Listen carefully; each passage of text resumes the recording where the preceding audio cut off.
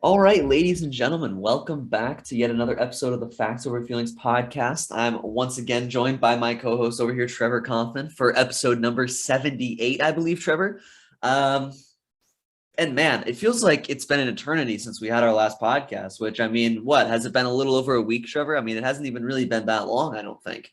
And or maybe it's been almost 2 weeks actually, but still, it feels like it's been forever because so much has happened. We've had March Madness, we've had now we're getting to the second weekend of games in March Madness. We've had a ton happen in the NFL, whether it be free agency or trades. This hmm might be the craziest NFL offseason that I can remember, in all honesty, especially with the quarterback move. I mean, it's been unbelievable. And then, of course, we have the NBA still going on. The regular season's wrapping up here, Trevor, I think in the next 2 weeks or so. Uh, April 10th. April 10th is the last day of the regular season. I'm, So uh, yeah, I'm literally 2 weeks from Sunday. I'm counting down the days because I need my Cleveland Cavaliers to squeeze on into the playoffs here. It's going to be mighty close. Yeah, it's It's not looking good. okay. Well, someone here is optimistic, and it's not Trevor. But look, we'll talk about some NBA a little bit, maybe later. If not, we'll talk about it a lot more next week when we have less March Madness and NFL to talk about. But Trevor, yeah, let's get started by talking about some March Madness because obviously that's what everyone's watching right now. Um, Trevor, Uh, look, Trevor had a rough night last night with the U of A Wildcats losing to the Houston Cougars, but Trevor, let's not talk about that first. Let's talk about the first couple of rounds. I don't know, what games do you want to talk about? What upsets? What teams disappointed you? What teams surprised you in a good way? What teams did what you expected them to do? sure. I'm gonna talk about the St. Peter's Kentucky game first because Mm, we all make these brackets every year, Ryan, and yeah. we all try and become college basketball experts for about 3 weeks out of the year, and within the first 10 games, our brackets are completely blown up. And I just want to talk about the magnitude of St. Peter's upset over Kentucky. And I think I think it's the second greatest upset in college basketball history Wow. to the UMBC Virginia 16-1 upset.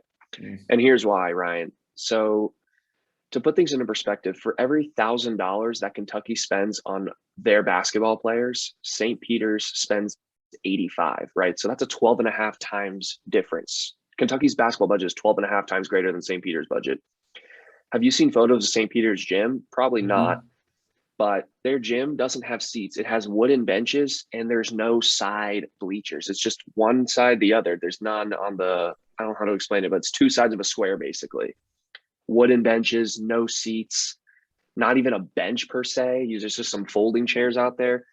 Ryan, their weight room, they're not allowed to play music in their weight room because their weight room is connected to classrooms on campus and they'd be blasting music during class, Wow. which I think is absolutely astounding. And I just cannot believe after seeing some of these things, I just couldn't believe that upset. I think that's my favorite game of the entire tournament so far. And turns out St. Peter's has a game. We're filming this podcast on Friday, March 25th. St. Peter's has a Sweet 16 game here in a couple of hours, and I'm Yep. going to be pulling for them hard now that my Wildcats are out. I'm all St. Peter's all the way. Yes, Good sir. luck to the Peacocks, Ryan. It's National Peacock Day, so Is it really? you never know what might happen. Wow. Um, I want to talk about the SEC because the SEC did not have a good first weekend outside of Okay. Arkansas. Arkansas won yesterday. Arkansas is in the Elite Eight, but the SEC had a horrible tournament outside of Arkansas. Auburn, Tennessee, Kentucky, Alabama, all top six seeds, all losing in the first round, except for Auburn and Tennessee, who lost in the second round. Yikes. That is not a good showing by the SEC, who usually have a good showing in the tournament.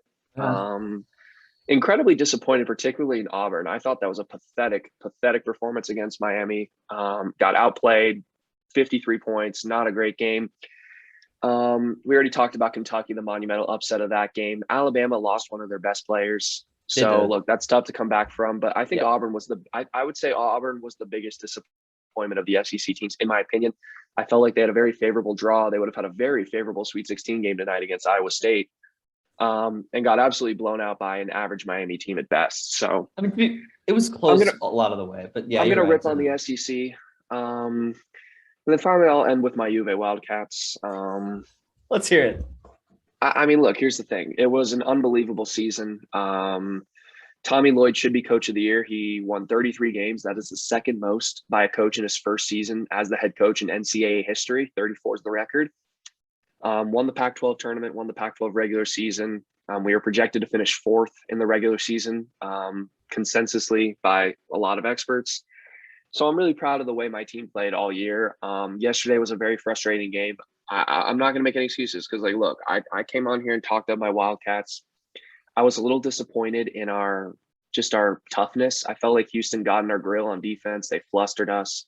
They bullied us. It kind of reminded me of watching Baylor last year, right? Houston has some grown men on that team, and they're built, they're physical, and we're a young team. We're an overachieving team. I think we got a little arrogant. I think, we had a little too much fun after beating TCU, chirping the fans, players on Instagram Live. I think the morale got a little too high. And I think Tommy Lloyd, I think he likes to enjoy the victories, but I think he let it get to. I feel like the players just got a little arrogant. But with respect to the game, Houston completely outplayed us. I think they outcoached us. They neutralized our size advantage inside. They were on us the entire game. We couldn't beat anybody off the dribble. Couldn't hit any shots. It was just a defensive clinic by the Cougars, and that guy Kyler Edwards is a bucket. He made 5 threes in that game, hit some big shots when Juve was making a run late. So I got to give Houston a lot of credit. I think that was a tremendous performance. But nonetheless, I think it's a great season for my Wildcats. I was proud of the way they played. I was very angry watching yesterday, but I have some time to reflect and be excited for next year. Some of the young players coming back, some new recruits coming in. So I'm very excited for my team going forward. But tough night yesterday for sure. Yeah, I mean, look, I don't even really have too much to add on that for that game. I mean, look, like Houston's just a really good defensive team, and Juve is one of the best, if not the best. I mean, Trevor, they got to be top 5 in points scored per game in. I think we were third in the country or second. Yeah, so I mean, like they're scoring at 85 a game. I think it is. 86, so I mean, 86 a game this season. Yeah. So I mean, to get stymied that way and to get held to 60 points. That's unbelievable. So very impressive. Very impressive by them. So I mean, credit to Houston. And hey, I gotta root for my AAC boys a little bit because they're the only AAC team left. So respect to Houston. Really, I mean, they've actually done really, really well, Trevor. Back-to-back years now, right? They went to the Final Four last year, and now they're in the Elite Eight again. I mean, they could go to back-to-back Final Fours, and for a non-Power 5 or Power 6 if you include the Big East, I don't know. Team to do that that's a really big accomplishment. So credit to them. That's really a really good job well done there.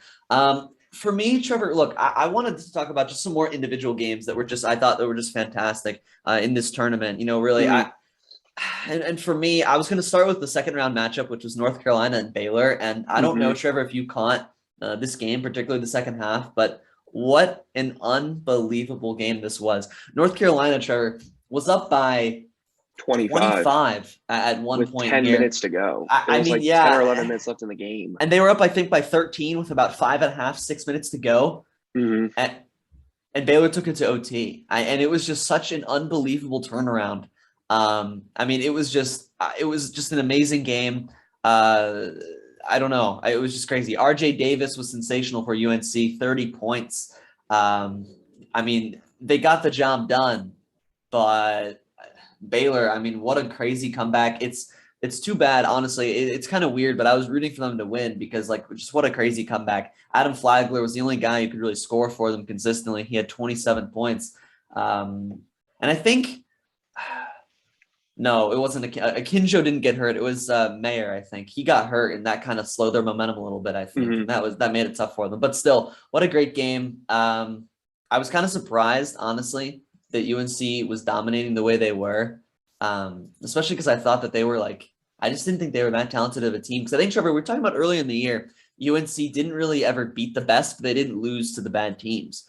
So, credit to them for stepping up, I guess, come tournament time and having the ability to beat the best. Because, I mean, hey, Baylor's a 1 seed. They're a talented team, great defensive team, very experienced team. So credit to them for getting that done. But I didn't expect it, so good for them. And that was a great game. And the other game I want to talk about was the Davidson-Michigan State game. And a lot of people might be like, well, this is kind of a random game. Neither of them are in the tournament anymore. Why would you want to talk about it? I really wish people could have saw this game, Trevor, because this game I think was one of the best games in the entire first round. I mean, if you had seen any of this game, the entire second half, they were just going bucket for bucket for bucket for bucket on both ends of the floor, Hmm. exchanging blow after blow. It was just so, so, so fun to watch. Neither team had over a 6 point lead the entire game, Trevor, until I think the last couple of minutes when Michigan State pulled out to like a 7 point lead with like a minute or two left. Only won by 1 point.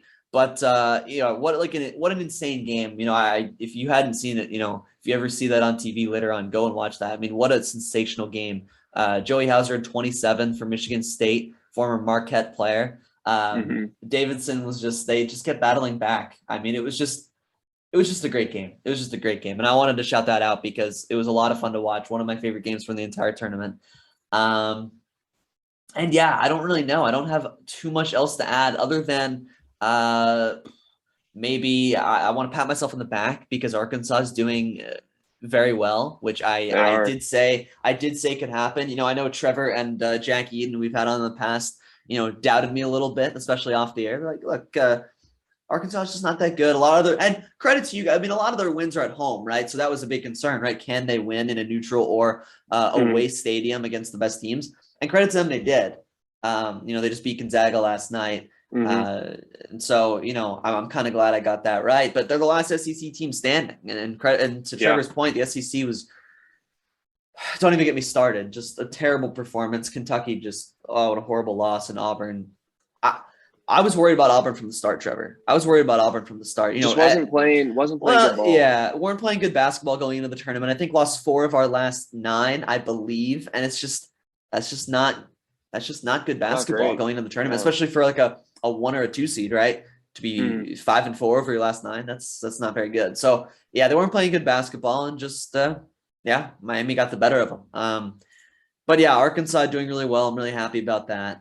Um, and yeah, I mean, we'll see what happens, Trevor. 3 of the 4 1 seeds are out. So, I mean, it's going to be a really I know. interesting finish here. I mean, I feel like that's not very common to have only one seed left. And they haven't even played yet. So we could have 0 1 seeds going into the Elite Eight, Yep. which would actually be kind of unbelievable if you think about it. But yeah, I mean, great first couple of rounds, some great games. And yeah, I'll root for St. Peter's because, hey, they're the underdog and why not? Yeah, I agree. And I guess moving forward here into the second day of Sweet 16 games and moving on Yeah, to a national champion, I think three teams I'm really going to keep my eye on let's hear it. are Duke, Purdue, and Kansas. I think those teams have the right amount of talent, experience, and coaching. Duke less so on the experience side, but they do have some older players this year. Kansas definitely led Sure. by veterans. Purdue has some experienced players as well. I think those are three teams that I am really going to be looking for to potentially win this whole thing. And if I had to throw in a fourth, I think Villanova. You can never really count them out. Look, whatever Villanova lacks in talent, they make up for. In Ryan, I've talked about this Yep. unbelievable coaching, unbelievable discipline. They have a floor general who doesn't turn the ball over, a lot like my Phoenix Suns, and it works very well. So you can't count Villanova out. I think they're going to beat Houston tomorrow in the Elite Eight. And then I think the other three teams I named, I think those are going to be the other three Final Four teams. I like Kansas. I like Duke coming out of the West and beating Arkansas. And I like Purdue to come out of the whatever bracket, The whatever the East? East bracket. Yeah. Yeah, the East bracket. The final thing I wanted to talk about college basketball, March Madness wise, Ryan, was Gonzaga because Mm. I have a proposition for Gonzaga. Get the F out of your conference. I mean, Yeah. leave. And it showed yesterday. They don't play good teams for 2/3 of the season. They schedule, Yeah. they schedule great teams in November and December, but that's great. Teams have time to mature and grow in their conference play in January, February, and early March. And Gonzaga goes into conference play and they beat up on San Diego and Portland State and blah, blah, blah, Buffalo Wild Wings University. They don't play anybody. And I think it hurts them in the tournament. We saw it. We even saw it last year when they had the undefeated team. They got manhandled by a Baylor team. And you could tell Baylor was just bigger, more physical. They've been battle tested. You saw it yesterday against Arkansas. Even though the SEC hasn't done well in the tournament, the SEC was a tough conference this year. There were 4 really good teams in that Yeah. conference. And Arkansas was battle tested. They got down early. They didn't panic. They upped the intensity on defense. They have a guy in JD Note who can get you a shot. He didn't even shoot the ball well yesterday. And I think Gonzaga needs to get out of that damn conference. I think it hurts them in March. And I think Mark Few's a little bit of I'm not going to say he's an overrated head coach, but I just think his inflated win percentage is because he plays in such a weak conference. And I think if he moved to even the Mountain West, right? The Mountain West is a good league. They have 3 or 4 teams that can make the tournament every year. Maybe move to the Pac-12. I don't know how that would work. Maybe find a way to move to the Big 12. I just think Gonzaga has to move conferences. It's what Notre Dame did. Notre Dame moved to the ACC in basketball. I don't even. They're still an independent football, but they moved to the ACC for basketball. We're seeing all these teams like Texas and Oklahoma move to the SEC for football. I think Gonzaga needs to move conferences to be able to win a national championship. Also, I saw a very interesting tweet from Suns play-by-play, or not play-by-play, color commentator Eddie Johnson. He goes, Chet Holmgren should stay another year at college. And I could not agree more. I think Chet Holmgren will get Chet Holmgren is not an NBA body. I think he's very talented. But look, Ryan, with NIL, you can get paid. Chet Holmgren can get paid now to stay in college, right? He can do licensing and brand deals and whatnot. So that's not an issue anymore. I think he should stay 1 more year, if not 2 more years, develop his body, develop his physique, body, whatever you want to call it, develop his game a little bit. I just don't think he's ready to go to the NBA. I think he would get manhandled at the NBA level. The game is very physical.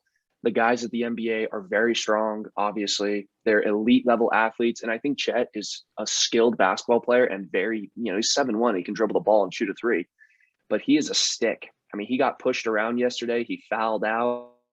I just think he needs another year of college. And I'm going to say it. He's not going to go back to college. He's going to be a top 3 pick. But I think he should stay in college and develop his game and develop his body for sure. Maybe. And for the record, by the way, that 5th foul, I think was a bad call. But I mean, that's neither here nor there. Look, about Chet, I just want to maybe he should stay another year. Look, it all depends on if he can play the 4. He will get destroyed if he plays the 5. He'll get destroyed. I mean, imagine him against Embiid, DeAndre Ayton, Evan Mobley in a couple of years, Karl Anthony Towns. I was saying, he's smaller than Mobley. He's thinner than Mobley, and Mobley is he weighs less than me, and he's 7'1". Yeah, I mean he weighs. I have 15 pounds on the guy, and I'm 6'3". I mean, the guy's got to put on what? He's got to put on 30 pounds at least. Christian Koloko. That's what Christian Koloko was 6'11", 200 pounds his freshman year, and I think he's put on 35 or 40 pounds in college, and I think that's what Chet Holmgren should do. Personally, I mean that's definitely what he should do. And look, maybe the best way to get that done is to go to the NBA, get a quality strength and conditioning coach, right? A guy that they'll really get him on a program. That's what happened to Mobley. And I don't want to speak for they're all the same, but Mobley has definitely gained some muscle mass. He's gained some weight ever since he got to the NBA. You have to. If you want to be banging bodies down there, you have to. Yeah, and you have to. And so we'll see how he fares. I don't know if he likes to bang down low and really get physical with these guys. But if he does, he's going to need to gain weight. He just has to, because I don't think he has the mobility to play the 3, Trevor. And I think he's going to look. He's turning into he kind of reminds me of Kristaps Porzingis. He's a very finesse big who can block shots and hit threes. But is Kristaps Porzingis a number 1 overall pick worthy? Maybe. He's a good NBA player. If you're healthy, maybe. But I think Chet should want to. Maybe he can do it at the NBA level. I think he should stay another year in college. And work on him. I don't know, but I think you can do the same thing at the NBA level, but you'll be getting beat up at the NBA level if you decide to do that. So sure. Yeah. And so I just want to talk about that for a second. And then jumping back to who I think, comes out of these regions here. Look, I don't want to bet against my Houston Cougars here. I've rode them for this long. I'm going to stick with them one more time. Look, I think they're more talented than Villanova. Look, Gillespie's good. He's a good shooter. He's a smart player. But Houston is almost as smart as Villanova. They're probably a better defensive team. While Villanova has the best coach in basketball, I think Houston's defense, I think Houston's 3-point ability. Well, second best coach, but second point taken. Okay, Coach K. But second best coach. Wow. Okay, fine. That's fair. But look, point is, it's having multiple guys out there who can hit threes at a good clip. I think that they got the size. They definitely have the physicality, as you saw last night. I don't know. I like them matching up with almost anybody, Trevor. I like them matching up against Villanova. I think it'll be a close game because Nova really very, very rarely gets blown out. But I think Houston comes out with it. I really hope so. I'd love to see them get to the Final Four again. And especially, Trevor, if they play, a team from the Midwest region who, isn't even that scary. I mean, look, you have Kansas, but if Kansas were to lose to Providence, Trevor, It's between Providence, Iowa State, and Miami for that Final Four spot. I mean, I'm not afraid of any Yeah. of those teams, right? Yeah. I mean, look, granted, Literally. Providence is a good team. They're a very good half-court offense. They have a lot of guys who can shoot, but they're not a great defensive team. They're always in really close games, so they could lose to anybody. We'll see. We'll see. I think Kansas will come out of that region down there. They're the most experienced by far. They're the best team remaining, probably in the tournament here. But I think it'll be the winner of that Providence Kansas game. I cannot say that Miami or Iowa State make the Final Four. I mean, imagine that. They better not. They better not. That'd be unbelievable, especially Iowa State. I mean, good Lord. Yeah, for real. But we'll see what happens there. In the East region, look, I think the easy answer is Purdue because I think they're the most talented. But I don't know, Trevor. It's hard to bet against experience, and UCLA has experience. True. They probably should have lost to Akron first round, in my opinion. But they slid out of that game. They won that game. They beat St. Mary's pretty handily. And now they're playing a North Carolina team who is very beatable. So UCLA, I think, is probably who I'd pick to come out of this region. I just trust experience at this point over talent. So I'd go with UCLA. And then coming into the West, I mean, you have Arkansas and Duke. And, it's hard. As much as I want to go with Arkansas, Trevor, I mean, Duke's just the better coach team. They're more their coach is experienced. They have a the second best draft prospect in the entire country. They have AJ Griffin. They have Jeremy Roach. They have a couple other guys, especially AJ Griffin. I highlighted this a couple weeks ago. I'm going to say it again. If this guy gets hot, they will win the game. He wasn't very good yesterday. They still won because Banchero played very well. He did play good. They live or die by AJ Griffin. If he plays well, they're going to win. If he doesn't play well, they're very susceptible to losing. So we'll see what happens. I can't go against Duke here. I can't. Arkansas has made a great run. I'm really happy they made it to the Elite Eight, but I don't see how they get to the Final Four. I don't see how they get past Duke here. But great job beating Gonzaga. Gonzaga's lost 2 years in a row, Trevor, as the number 1 overall seed. Granted, last year they made it pretty far, but still. I mean, 2 years in a row. I don't know. Does Gonzaga go to the Pac-12? We'll see. Yeah. West Coast basketball is they need to figure it out. I don't know if we're too laissez-faire. We don't play physical enough, but clearly we're getting manhandled by these teams from the East and the South. So that's right. I don't know. Long live the SEC, baby. But look, yeah. I don't want to. But anyway, look, Trevor. Look, I'm messing around a little bit. So those are my picks. I mean, I'd say Duke, UCLA, Houston, and Kansas would be my 4. But we'll see what happens. We'll see if I get any of those right. Who knows? Maybe I'll get them all wrong. But you probably won't. Now that we think about it. But yeah, that's my guess, Trevor. We'll see what happens. I don't know if you have anything else you want to talk about in regards to this bracket here before we move on. But I got nothing. Nothing. All right. But there we go. Go Peacocks. Yes, go Peacocks. Go St. Peter's. Let's hope they continue that run tonight against the Purdue Boilermakers. I don't know how they're going to stop Edie, but I wish them the best. Moving on, Trevor, to the other main topic of this podcast. Really, the only other topic we have here, because it's such a big topic, is the NFL. And in our document we have for today, all I have in here is just wow, because what a week in the NFL. I mean, seriously, when I say, I think players with 39 combined Pro Bowls have been traded in the last 2 or 3 weeks, Trevor. I mean, that's insane. I mean, that's just ridiculous, right? And that's after the Tyreek Hill trade. It's been an insane couple of weeks. To be fair, does Marcus Mariota contribute any of those Pro Bowls? No. Okay, I thought he went to one for whatever reason. And he's a free agent, but still. Look, it's been a crazy couple of weeks. I would say I don't know where to start, but I think. Look, actually, you know what? I'll leave it up to Trevor. Trevor, let's just start with your Browns. I know you want to get it out of the way.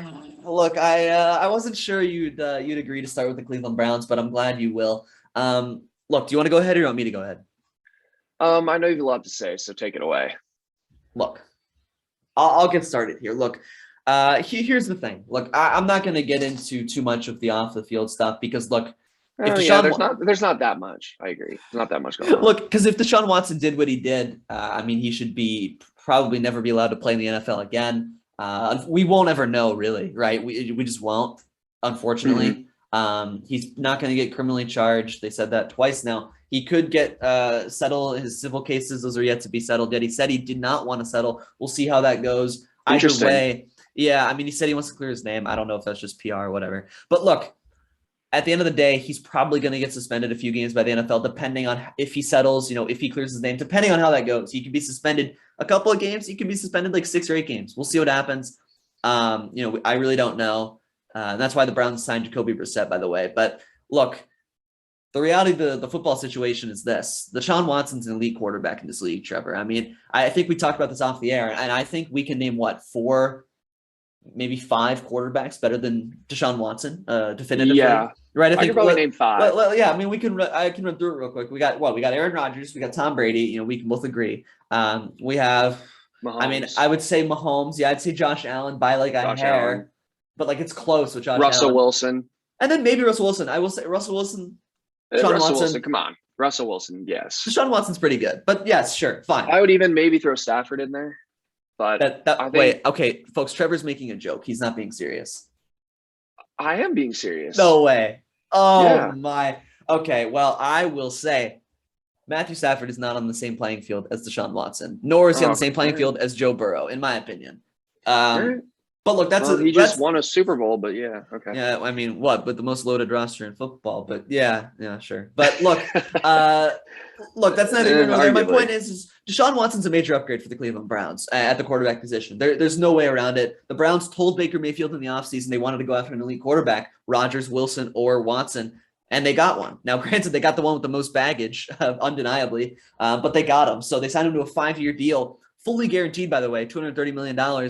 That's going to change the quarterback market. Kyler Murray, Trevor, your boy, the complainer, the crybaby in the locker room, is going to ask probably for a fully guaranteed contract. So good luck with that situation. If Steve Keim doesn't, or is it Steve Keim? Yeah. If he doesn't want to give Kyler Murray a fully guaranteed contract, I wish him the best of luck because Kyler's probably going to whine his way out of Arizona. But we'll see what happens. Point is he reset this QB market. I mean, like, fully guaranteed contracts are going to be what these young QBs want now. Justin Herbert, Joe Burrow, Kyler Murray, they're going to want these fully guaranteed deals.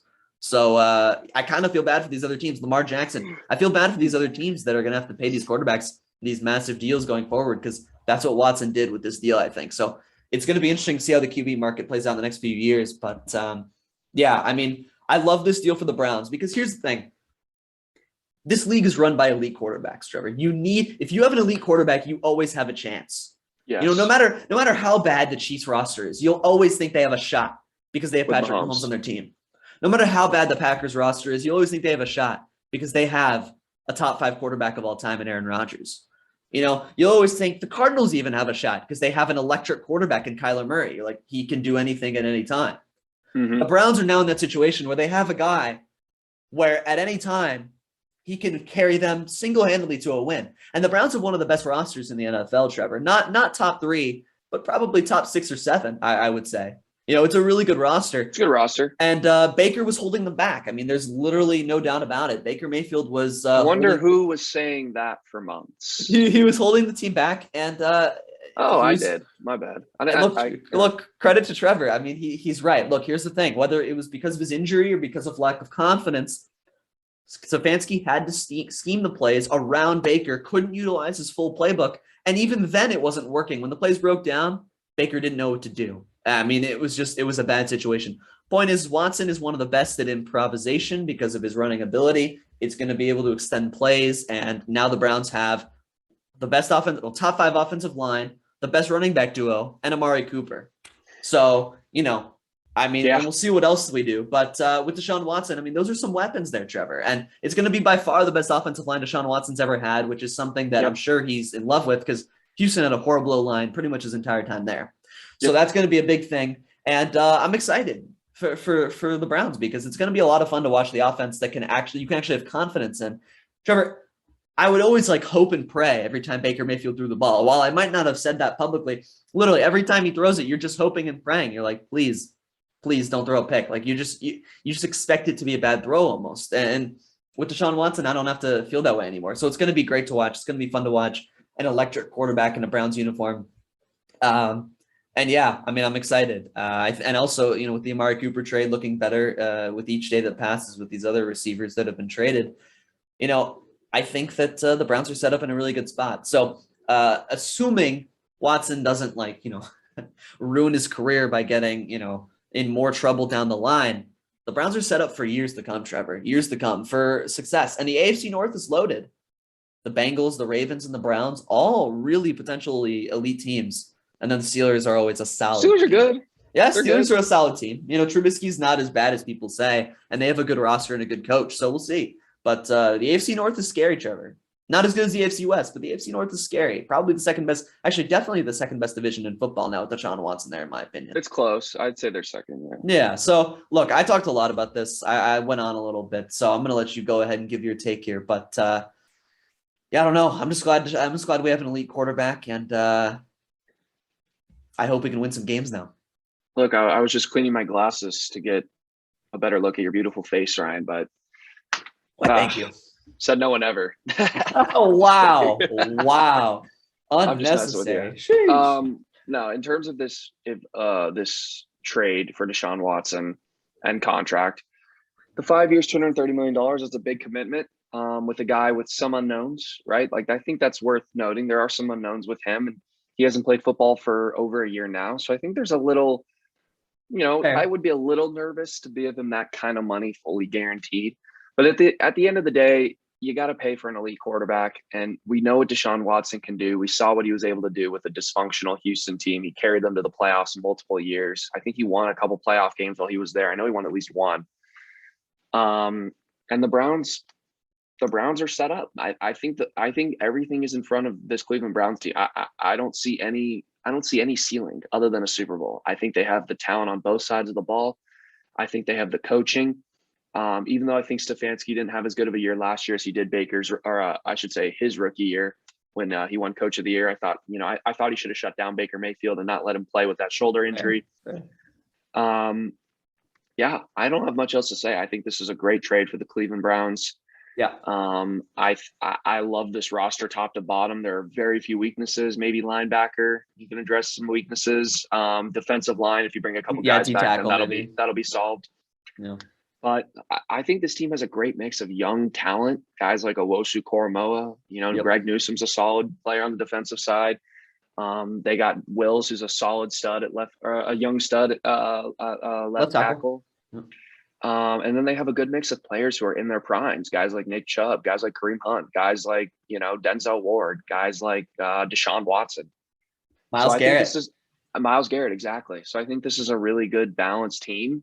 Mm-hmm. My only thing is there's a lot of ego in that locker room. I'm just going to be kind of curious to see how the locker room pans out. I know Baker Mayfield likes to think he's the alpha dog, so he might not be there anymore. I'm just curious to see how this locker room gels now with some new faces, but I think it's going to be fine. And I think the Cleveland Browns are going to be really good. A problem next year. I don't even know if I want to commit to them winning the AFC North, though. That's the funny part, is the AFC North and the AFC in general is so good. I can't even commit to the Browns winning the division yet, even with Deshaun Watson in this roster. So, I mean, the AFC North is it's an insane division, right? I mean, it's almost as good as the AFC West. I mean, I don't know. I can't predict now. We need to see how many games Watson's suspended, to be honest, Trevor, or if he's suspended at all, right? I mean, if he's not suspended at all, I'd probably have the Browns with the best chances of winning the AFC North. But if he's suspended 6 or 8 games, I mean, the Browns probably won't win the AFC North, right? I mean, so we'll see what happens there. Mm-hmm. But yeah, I'm excited. And look, I just want to talk about Baker for a second, just a quick second before I move on here. Look, here's the thing. Baker Mayfield, I think, overplayed his hand, Trevor. I don't know. It was very strange. He pens that letter to the fans before the Browns even traded for Watson. Said he wanted to go to the Colts and then didn't get to go to the Colts. Like, the Colts went with a 37-year-old Matt Ryan with like a $40 million salary over Baker Mayfield. Yeah. And I think that's telling a little bit. I think that Baker, and this might be on Stefanski more than Baker, but Baker played last year and might have ruined his career. I feel bad for the guy. I mean, right? I mean, like, he was pretty good in 2020, and last year he was bad, and he played through a torn labrum and like a busted shoulder. So, and that was a bad year last year, and that might have messed up his career. So we'll see, Trevor. At this stage, where can he go? Carolina doesn't want him. Seattle, maybe. Outside of Seattle, who do you give him to? Back up in Tampa? I mean, I don't know. I don't know. like New York, I the agree. Jets, the Giants. I don't know, right? Like, so there's not a lot of options for Baker. And so we kind of overplayed his hand. I think he thinks he's a lot better than he is. It's interesting. I think more the locker room was against him than for him. I think he had a few allies in the locker room, like Austin Hooper. But it seems like a lot of the locker room was more on like Jarvis and OBJ's side, because OBJ said he's potentially open to coming back to Cleveland now that Baker Mayfield's gone. So I think That's it's pretty funny. telling to me of the dynamic there. But we'll see what happens, Trevor. I don't know. I don't think OBJ is going to come back for the record, but still, it's just interesting, right, that he would consider it after what went down. So we'll see what happens with Baker, but I think he's going to have to be a backup for a year, Trevor, and then get one more shot as a starter. So we'll see what happens. But yeah, he might have overplayed his hand, and I don't know if he'll get another shot to be a starter this year. I agree with everything you just said there. Yeah. But I'm curious to see where he goes. I was never that high on him. I warned you, but I did. Look, I was hoping against hope. Now you're coming to your senses, Ryan. But a little bit. With that being said, we have to talk about another quarterback who has been moved to the Indianapolis Colts in Matt Ryan, 37 years old. And look, Ryan, I'm going to say this. I like this move. I think Matt Ryan, he's not going to have a Matthew Stafford-like jump, right, where he's just going to win the Super Bowl in his first year in Indianapolis. No. But I like the move. I think Matt Ryan can still play. And let's not forget, this guy won an MVP and should have won a Super Bowl where, one of the greatest collapses in NFL history happened. Regardless, I think this guy's got game left. I think he had an underrated year last year. The Falcons were just not great. Calvin Ridley didn't even play most of the season. And look, the Colts don't have great weapons, not even good weapons, I would say. They have a nice receiver in Pittman, and, they got an OP running back, Jonathan Taylor. But outside of that, they don't have much. Decent pass blocking offensive line as well. But yeah, I like this move. I think Matt Ryan, as I keep saying, has a lot of game left. I think the Colts are going to, compete for the division with Tennessee. And I wouldn't be surprised, because they're in such a weak division. I wouldn't be surprised if the Colts snuck into the wild card. And I know the AFC is really deep, but we have to think about this, right? The Colts are going to have, I should say, 4 free wins next year, but they always seem to lose at Jacksonville. But I think they have 4 free wins in their division. I don't think Tennessee's very good. I shouldn't say Tennessee. Tennessee's good, but beatable. And I'd have to look at the rest of their schedule. And I think it's going to take 10 games to get into the AFC playoffs next year. I just think everybody's going to beat everybody. Yep. So I think 10 wins gets you into the playoffs. I could see the Colts sneaking into the wild card. I'm not going to lie. I think Matt Ryan will have a good year. He has a nice offensive-minded head coach in Frank Reich, a great running back, a good O-line, draft a receiver too. The Colts might have decent weapons. But I like this move. I actually think I think Matt Ryan is better than people think and can still play. I don't know. Look, here's my thing on this is I don't think I'm as high on this as you are. This feels like a Phillip Rivers 2.0 move to me, Trevor. Look, Matt Ryan's a solid quarterback. He didn't have a lot of weapons last year. Calvin Ridley was out for most of the year. Kyle Pitts is a solid rookie, but by no means is he a world beater. He really didn't have anybody. He had Cordell Patterson, but come on. I mean, he's not a near elite weapon. He didn't really have a solid, good weapons around him last year. Didn't have a particularly great O-line. He didn't have a lot. So I don't put much stock into his play last year. But look, he's a 37-year-old quarterback on a very expensive contract, Trevor. And I don't know. I've seen this story before. I've seen Phillip Rivers go to the Colts. I've seen the Colts scrape into the playoffs or just miss the playoffs. Look, they won 11 games. They won 11 games in that one year with Phillip Rivers and almost beat Buffalo in that wild card game. Fair.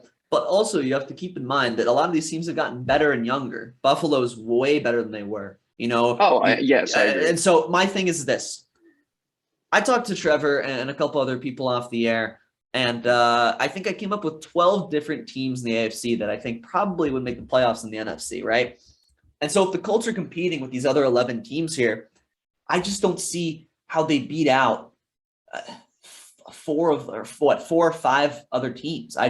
It's hard. Like, do they beat out the Chargers? They only really need to beat out one. They only need to beat out Tennessee. I don't think they beat out Tennessee. Tennessee got Robert Woods, which is a great underrated pickup. Good pickup. He'll actually be healthy, unlike Julio Jones. A.J. Brown, Robert Woods with Derrick Henry and Ryan Tannehill is a very solid offense. The Colts are the best team there, but outside of Tennessee. But Tennessee, I think, is just a better team as long as Derrick Henry's fully healthy and playing at an elite level. I don't think that the Colts are better. So yeah, I mean, I'm assuming here that Tennessee beats them, All but right, so teams that they're going to have to beat out, probably like teams like Vegas, New England, the Chargers, the the Chargers, Browns, the Ravens, the Browns, the Ravens, yeah, the Bengals. I mean, technically the they have to beat out Dolphins. Tua. You Anyways, hate the Dolphins, but you know, that's a good move to get Tyreek, but you got to get him the ball, right, Tua? wow. I'm just saying, I just think a lot of these teams that are going to beat up on each other in their divisions. I wouldn't be surprised if Indianapolis slid in. I'm not All saying right. I'm not saying it will happen. And I think for them, they can easily win their division and get a home playoff game. I don't know. I just think Matt Ryan is a solid quarterback. And Fair. look, with the new rules, Ryan, Tom Brady's Yeah. coming out of retirement at 44, right? Like a 37-year-old Aaron Rodgers, I think, just signed a 4-year deal at what, 35, 36, 30. I don't even know how old he is. So I think guys can play into their late 30s at a high level. And that's what we're seeing. Guys like Matthew Stafford just won a Super Bowl, Rodgers, Brady, among others. So for me, Matt Ryan, I think has a couple good years left in him. And I think last year was a tough season in general, but him keeping that team afloat for most of the season, I think was kind of impressive. And like I said, this guy's won an MVP. This guy should have won a Super Bowl. He's been to the top. Now, look, he's not going to get there with this Colts team, No. but I do like considering what was out there, right? We have to consider what the market was and who was available. I think Matt Ryan was a very, very solid choice Yeah. in terms of what was out there. No, I will say it's all what they do with it, right? Like, look, like after Matt Ryan, I don't want them to go out and get another 35, 36, 37-year-old with like a couple years left. They need a I want to, long-term yeah, plan. they need a long-term plan. It feels like to me, and maybe this is just me being frustrated by seeing that, ever since Andrew Luck left, they just kind of jumped from like short-term solution to short-term solution to short-term solution. And I wonder what their long-term plan is. But look, we'll see what happens. I do want to say, I think the point you're trying to make, right, is that the Colts aren't like a top 7 team in terms of like talent necessarily, but because they're in a weak division, they can get in past more talented teams, right? In the AFC, is that kind of like what I'm gonna, yeah. So I mean, look, that's fair. I mean, that makes sense. I hope that's not the case because I don't think they deserve to make it in over these other teams. But look, you might be right. That's a fair thing to say. But yeah, I don't have too much else to add on this. I mean, it's solid. And then, Atlanta has Mariota. He's not going to be, he'll be fine. They have no weapons, so it'll be horrible, but they're rebuilding. We'll see if they get a quarterback in next year's draft and retool. But yeah, the Falcons will be bad. Agreed with that. Yeah. I mean, look, I don't have anything else to add on this. I don't either. We can move on to another trade. I mean, there were so many. We have a couple left here, Trevor. We got two more major ones here. And this was one that I was surprised by. I mean, not because of the team that got him, but the team that traded him. It was Davante Adams to the Las Vegas Raiders. Look, for a first-round pick and a second-round pick, I think, Trevor, right? Yeah, first and a second. I just like, apparently Aaron Rodgers knew about this before he signed his new deal. But like, wow. That's what I heard. That's what I heard reported. Which, like, man, I mean, I have a little more respect for. I mean, like, wow, like you'd really go back to Green Bay without Davante? Okay, like, go ahead. This surprised me because Green Bay does not have an elite receiver, and it's so hard to come by an elite receiver in this league.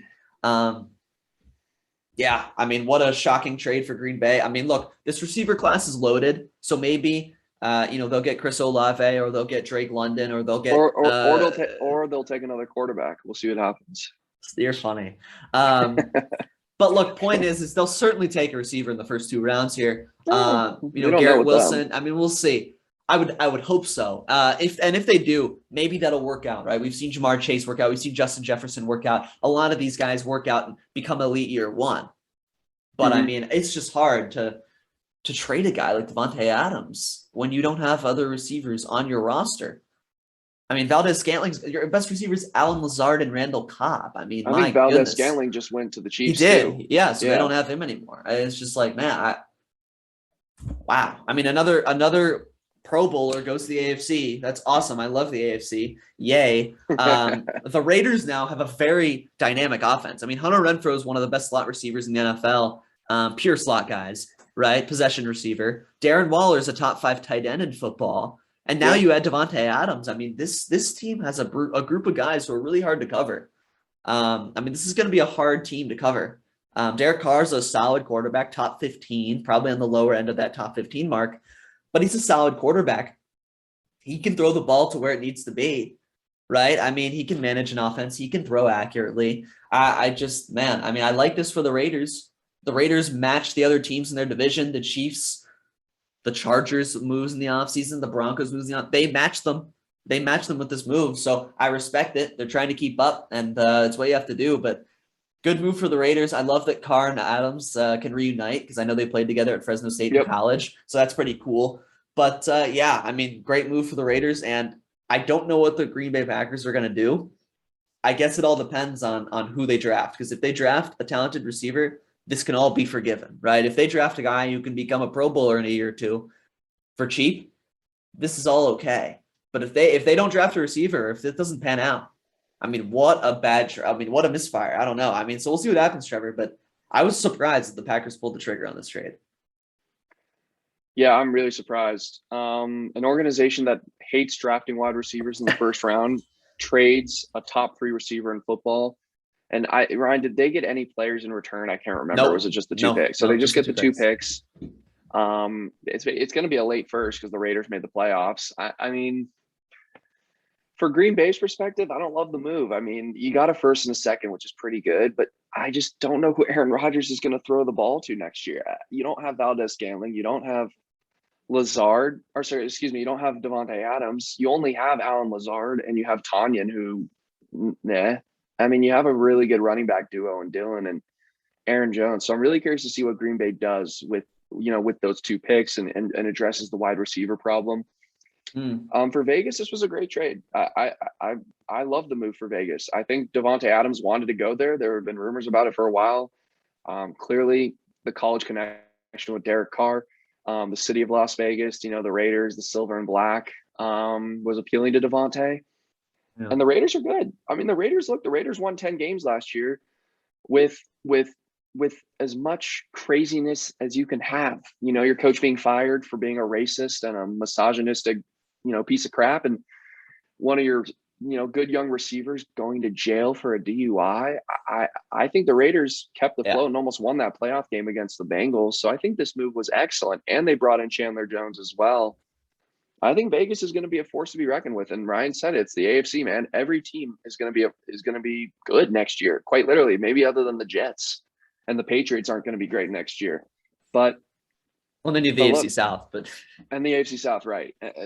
Great move by the Raiders. Mm-hmm. I think they're going to be able to open up the offense. I think Derek Carr is going to have a borderline MVP caliber year this year. I'm calling that. Wow, bold prediction. He was great last year, right? With limited weapons, Waller being injured, throughout the year, Hunter Renfrow kind of being his lead receiver at the end of the season. I think with Davante Adams, a healthy Waller, Renfrow playing in the slot, I think Derek Carr will put up Matthew Stafford-like numbers, make that kind of jump, and be considered somewhere in the top 5 for MVP next year, maybe even top 3. That's my bold prediction with the Raiders. That is a bold prediction. That is not. It's a good quarterback. Hey, we'll see what happens. People forget Derek Carr's rookie year, 12 wins with the Oakland Raiders at the time. And he got hurt right before their playoff game, so they ended up losing in the wild card round. But he can win games, man, and he has kept this team afloat during some rough years. And I think now they have playmakers on this team. So I'm just giving you a bold prediction now. I think Derek Carr will have a big year next year. I will say the last time it was rookie year, Trevor. Didn't he have Michael Crabtree and Amari Cooper? I believe he did. I can't even remember, but I think he did. And I know we had that duo, and they were pretty good. They were really good. Mm-hmm. So you do have a point. Look, we'll see what happens. We'll see if McDaniels can get Carr back to near Pro Bowl form, or if you want to say it, MVP form. We'll see. But look, Trevor, the Raiders are undoubtedly better. That division's going to be a gauntlet. We'll talk more about these divisions in the upcoming weeks here. But look, Trevor, we have one more trade to get to, the final topic of our podcast here. And this is one that went through, I believe, what was it, yesterday morning, Trevor? And I was shocked. Or no, sorry, this was Wednesday. This is on Wednesday morning. But crazy deal. And this was Tyreek Hill to the Miami Dolphins. The Chiefs didn't want to pay him. And look, I get it. The NFL has a cap, something the MLB doesn't know exists, apparently. But the NFL has a cap. I was looking at real quick, Ryan, interrupt you. Sorry. I was looking at the Dodgers payroll $270 million this year, and then the Baltimore Orioles payroll is like $30 million. Yeah. I just thought that was funny. But go Oh ahead. wait, that's fair though, right? That's balanced. It's It's balanced, exactly. perfect sense. Yeah, ridiculous. Anyway, look, Tyreek Hill went to the Miami Dolphins for 5 picks. Now we'll say that's a lot of picks. It's a late first rounder, I think, this A year, lot. a second rounder this year, and then a couple picks in 2023, later rounds. Look, from the Chiefs' perspective, they're gonna be worse. It's just the way it is. They have Mahomes, they have Kelsey, they have Juju, they have Valdez-Scantling for the speed now, but they will be worse. They will be. I don't know if they're the favorites in their division anymore. I really don't think they are. It's gonna. I need to see these other teams like actually play with their new players, but I don't think they're the favorites anymore. They're still very good because they have Mahomes, Kelsey, and Andy Reid and whatnot, but they're not the best anymore, definitively, in that division. Tyreek's a game changer. You have to game plan specifically for him. People are Agreed. afraid of him, and now you don't have him on your team. So they'll both miss each other. Hill and Mahomes will miss each other, I think. Agreed. Now Miami got better. Look, Waddle and Hill, probably the fastest duo in football. I mean, they're going to be scary to play against. Mike Gesicki as well, a very dynamic tight end who really plays receiver. He doesn't really line up at tight end very often. Raheem Mostert and Chase Edmonds as a nice duo in the backfield. That's a solid duo if they're healthy. Mostert's speedy. He's a good runner. And Edmonds is a great pass catcher out of the backfield. So I like this offense. They improved their offensive line. They got a left tackle from New Orleans who's a 3-time Pro Bowler. Look, they had the lowest graded offensive line of football last year. It was literally given a grading of 0. It was horrendous. Really, really bad. That is not good. This year, assuming it's a little better with the pickups they've made, look, they have a really good offense. It all depends on Tua. This is like the Browns 2 years ago. They're going all in on position pieces. The only question mark is their quarterback. Can he get the ball to these players? The answer to Baker was not really. The answer to Tua, we'll see. And they also have Davante Parker. So look, we'll see what happens. It all depends on Tua. I'm higher on Tua than you. I think Tua will be fine. He won't be a Pro Bowler, but I think he'll be like Derek Carr level. I think Derek Carr of like last year. I think he'll be a solid player. That's disrespectful to Derek Carr, but okay. No, I mean, I think Derek Carr's gonna be better this year than he was last year. I think he was good. Oh, I see what you mean. Yeah, still a little disrespectful, but I see what you mean. Look, I think Tua's a good quarterback. I think that he had the worst offensive line in football last year, and he's still at an above 500 record. So we'll see what happens. Tyreek's going to miss Mahomes. Mahomes is going to miss Tyreek. But Miami's better than New England now in the AFC East. They have solid defenders. Oh, yeah. Definitely. New England got lapped. New England has no electricity. This isn't what it's about, but they got lapped. Miami's going to be the second best team there. Miami could sneak into the wild card. We'll see. But a good pickup, a really good receiver, and it all depends on Tua. So we'll see how it goes. This is more of a discussion for another day, but I think what we're going to start to see with these fully guaranteed massive quarterback deals in a salary cap league is you're not going to be able to pay a lot of other people a lot of money. So you're going to have to pick and choose who you're going to pay, right? For the Chiefs, you're already paying Mahomes a ton of money. You got to pay Travis Kelce. Yeah. You're paying Tyrann Mathieu. You're going to have to pay Chris Jones, right? I'm sure the money that Tyreek Hill was hoping for, he wasn't able to get from the Kansas City Chiefs with this salary cap. I like the return for Kansas City, though, a lot. I think 5 picks is a lot of draft picks. I know there's a couple 3rd and 4th rounders in there, but I believe they got a 1st rounder this year and 2 2nd rounders, I believe. A 2nd rounder this year and a 2nd rounder next year. Ryan, if I'm not mistaken. Yeah, I think so. Yeah. A 2nd rounder. Yes. Okay. And then they got a couple later picks. So I like the return for Kansas City a lot. I think they can utilize that to their advantage for sure. Yes. And for Miami, look, Miami has definitely bolstered this roster, and I feel it sucks because I don't really want them to win because they got rid of my guy, Brian Flores. But with that being said, they bolstered this roster. They have a really good wide receiver duo. They have a nice tight end. They have good running backs for cheap, and I think that's important, right? You don't need to pay a ton of money to running backs. The question mark with this team is the offensive line still and Tua, because I think they have some playmakers on that defense. Holland, I think he's going to be really, really good in this league for a long time. Here's the problem. The two most important position groups, arguably your offensive line and your quarterback, are your weaknesses. And I just don't think that's a recipe for success. I've seen Tua play for a couple years now. I don't think he has the arm strength that Patrick Mahomes has. That's obvious, right? Sure. So when Tyreek's running down the field, Tua's not going to be able to throw it all the way down there, right? I think that's going to be an issue. Tua also needs to stay healthy. He needs to just be a better quarterback, in my opinion, for me to really like this Miami team. I think Miami's in a situation where Tua's going to stink it up this year. I don't know about that. They're going to win 7 or 8 games, and they're going to try and figure out a way to either finesse Bryce Young next year, or they're going to trade for. They're going to be like the Browns and find an elite quarterback. I don't know what they're going to do. I just don't think Tua's the answer, and I think the offensive line is still a big question mark. It's gotten a little better, but I still think it's a big question mark. Yeah. And I just don't think for positions for things to be weak at, your quarterback and your offensive line are not good to be weak at if you want to win, right? So that's my question mark with Miami. In terms of the trade, I like it for both teams. I think Tyreek Hill's a stud. Chiefs got good return.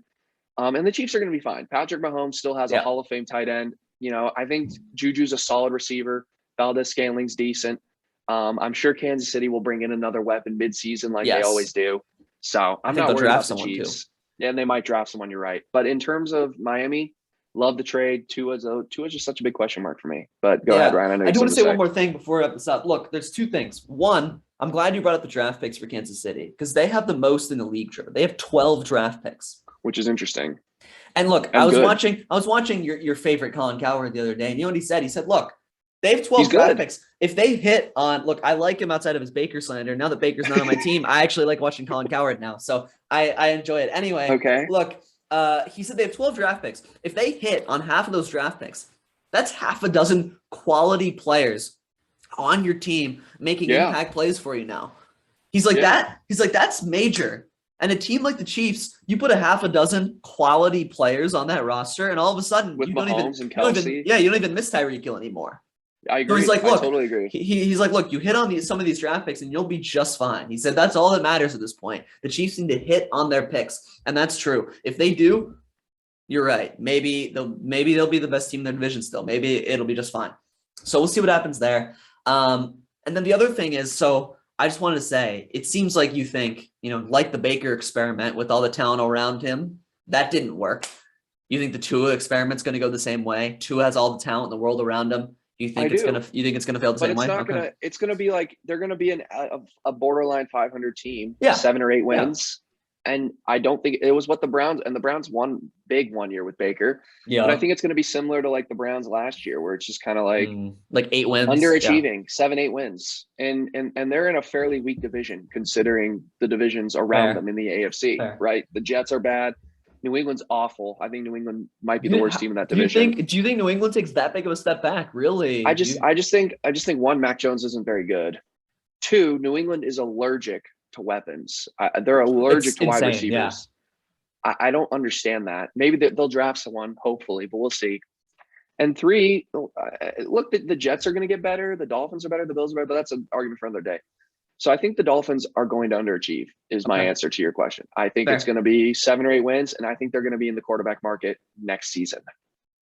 Draft or free agency. Yeah. No, we'll see what happens. Look, I agree with you on the Patriots. Look, they lost J.C. Jackson. They lost Shaq Mason on the offensive line.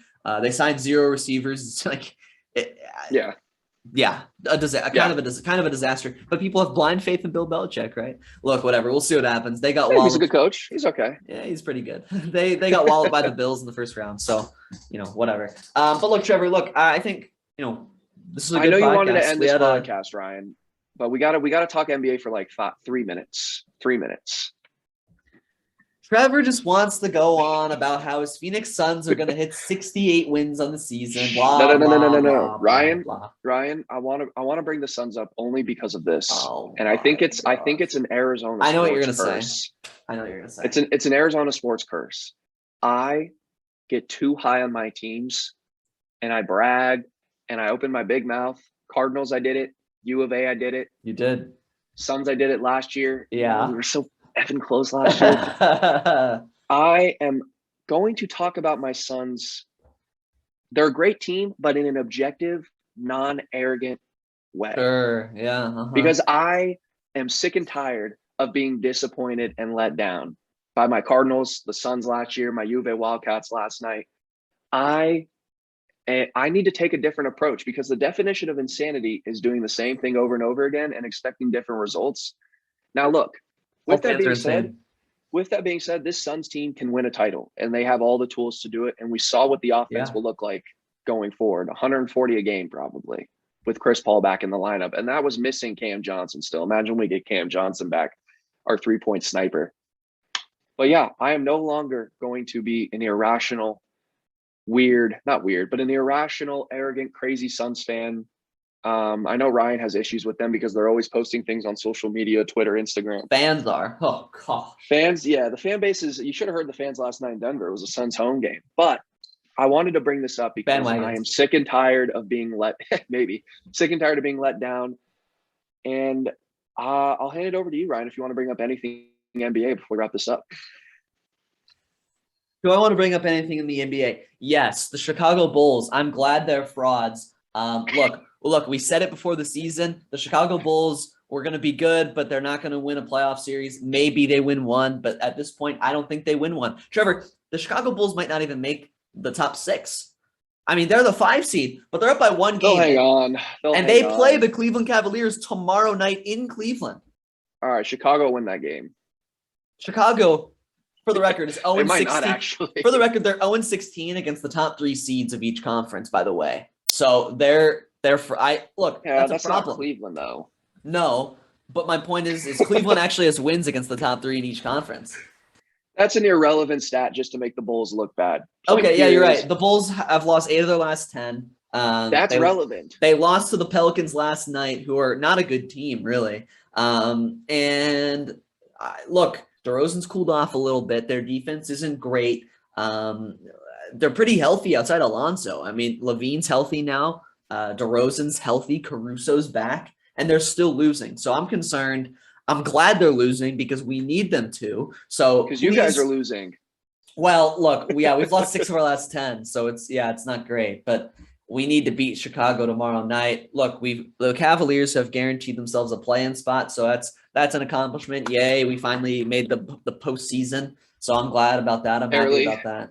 But look, we'll see what happens. It's going to be exciting last couple of weeks. I hope we can slide into the top 6. If not, we'll steamroll Brooklyn for the 7 seed. If somehow if somehow KD slides past us, we'll beat Atlanta or Charlotte at home for the 8 seed. So look, it'll be a good experience either way. Look, it'll be a good playoff experience in all honesty for our boys. I'm excited for the playoffs. I'm worried about the Celtics. They could make the Eastern Conference Finals, Trevor. They're playing insanely good team defense. Great basketball. Tatum, Brown, and Smart all playing fantastically. They're just playing a great team basketball. So they're playing well at the right time. Watch out for them. And Brooklyn's still the scariest 8 seed we've seen in decades. So watch out for them. I want to ask you. Miami's going to hate. Yeah. Go ahead. Well, I want to talk. We'll do this on another podcast because I do want to talk about what happened with Miami, Jimmy Butler, Eric Spoelstra. Yeah. Getting into a fight. Yeah, but that'll be for a different podcast. I wanted to ask you, who's your MVP this year?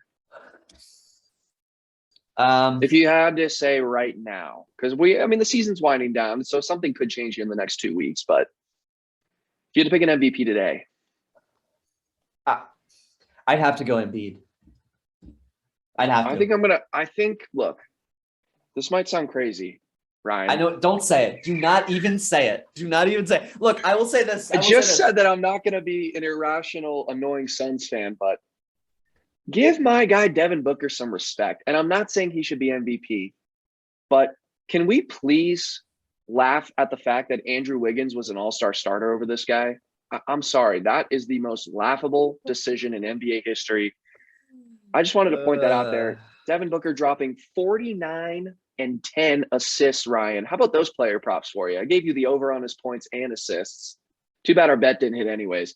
But I think Devin Booker, for whatever reason, and I've talked about this with you, Ryan, and I know this pod's going a little long. I'm sorry. Don't worry about Devin Booker, for whatever reason, is the most disrespected young superstar I've ever seen. I have never seen, I just don't understand.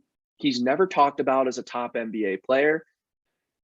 All he heard for the first 5 years of his career was, you gotta win, you gotta win. He's winning and nobody talks about him. What does he have to do to get his respect? Trevor, you don't understand. He's getting carried by Chris Paul.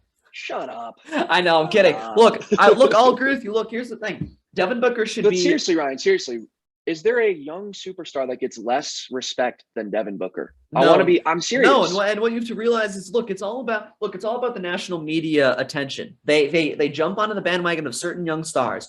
Joel Embiid, LaMelo, Giannis, LaMelo, Ja, Zion. I mean, these are the easy ones. There's always LeBron. Trae Young. I mean, Trae Young's barely going to make the play-in. He's going to be below 500, and he's still heralded as some god. Yes. Yeah. LaMelo Ball, the same thing. And I think LaMelo Ball is literally not played at the end of games sometimes because he's such a liability on the defensive end of the floor, and yet people regard him as some stud. It's and here's weird. The thing, Ryan. Devin Booker isn't flashy. Nope. Right? He doesn't make these crazy passes. That's why. He's not Ja. He doesn't jump out of the gym. He's not, Zion, because Zion was such a big name. He's not who else did we just name? He's not Luka. He's not, he's not flashy. Yeah, he's not Giannis. He's not Giannis. He's a mid-range, dead-eye scorer who's developed a pretty good three-point shot this year. He's a great finisher around the rim. He can distribute the ball too. And a very underrated passer and defender. I Better think than he's really grown his all-around game. And I just wanted to come on here and give him some respect because he should be in the top 5 for MVP voting this year. He's on the best team in basketball right now with the best record. Who just clinched the 1 seed in the West and the best record in the NBA. So I want to shout out my man, Devin Booker. He is so disrespected for no reason. And I think he deserves – stop playing with his name. I'm stealing his own quote. Stop playing with my name and give my guy D-Book respect. And I'll end the podcast with that. Look, Trevor, you can talk about this on our new Twitter account, which we actually just made. You can talk about how your grievances with Devin Booker not being an MVP candidate. I'll put that in the description of all these videos here going forward. But look, Trevor, it was a good podcast.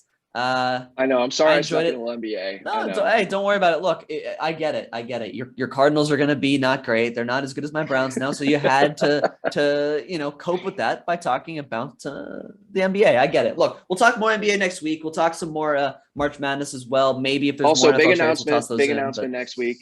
Big announcement-ish. Oh yeah, of course. Yeah, no, yeah. Look, you want to wait till next week? Wait till next week. Yeah, we'll wait till next week. Yeah, we got a little surprise next week. We'll announce it on the podcast about a week from now. And I think people will enjoy it. I think it'll be a lot of fun. So, we'll wait till next week with that. But hope everyone enjoyed this podcast, and we'll see you in a week. See you, boys. Go Suns. Nope.